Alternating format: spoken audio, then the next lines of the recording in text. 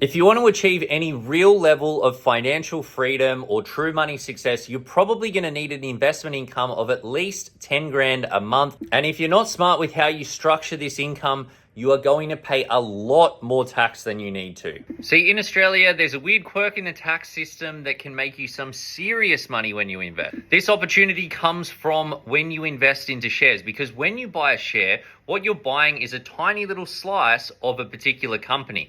That company conducts its business and makes some profit, and part of that profit is then paid out to shareholders in the form of dividends.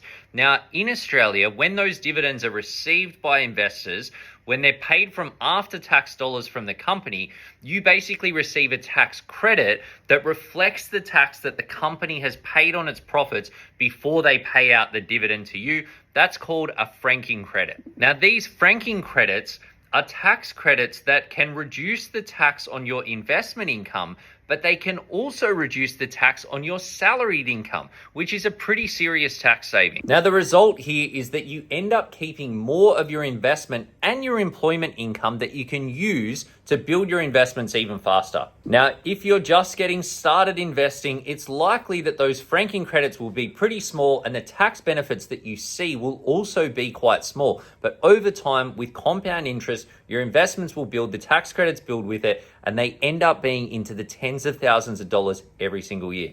That basically pours rocket fuel on your wealth building and means that you get ahead a whole bunch faster.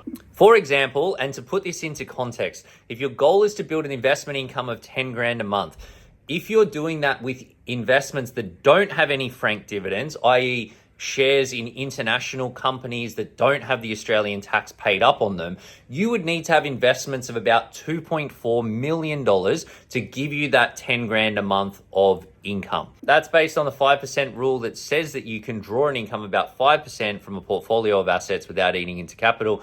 Therefore, i.e., $1 million give you an income of 50 grand a year, $2 million, 100 grand a year, $2.4 million, 10 grand a month, $120,000 a year.